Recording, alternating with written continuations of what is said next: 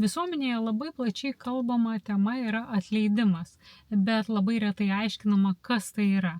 Pavyzdžiui, kai mes nesugebame priimti atsiprašymą, vadinasi, dar kaltiname žmogų. Kai žmogus nepriema jūsų atleidimo, vadinasi, jis viduje ir pats save kaltina. Jeigu mes negebame atleisti, vadinasi, turime pretenzijų tam žmogui. Negalime išbraukti ir pamiršti. Tai visos nuoskaudas, kurias mes turime su savim ir pretenzijas kitam žmogui, visuomet nešiojamės ir tai kenkia ne jam, kaip mes įsivaizduojame pykdami, bet mums.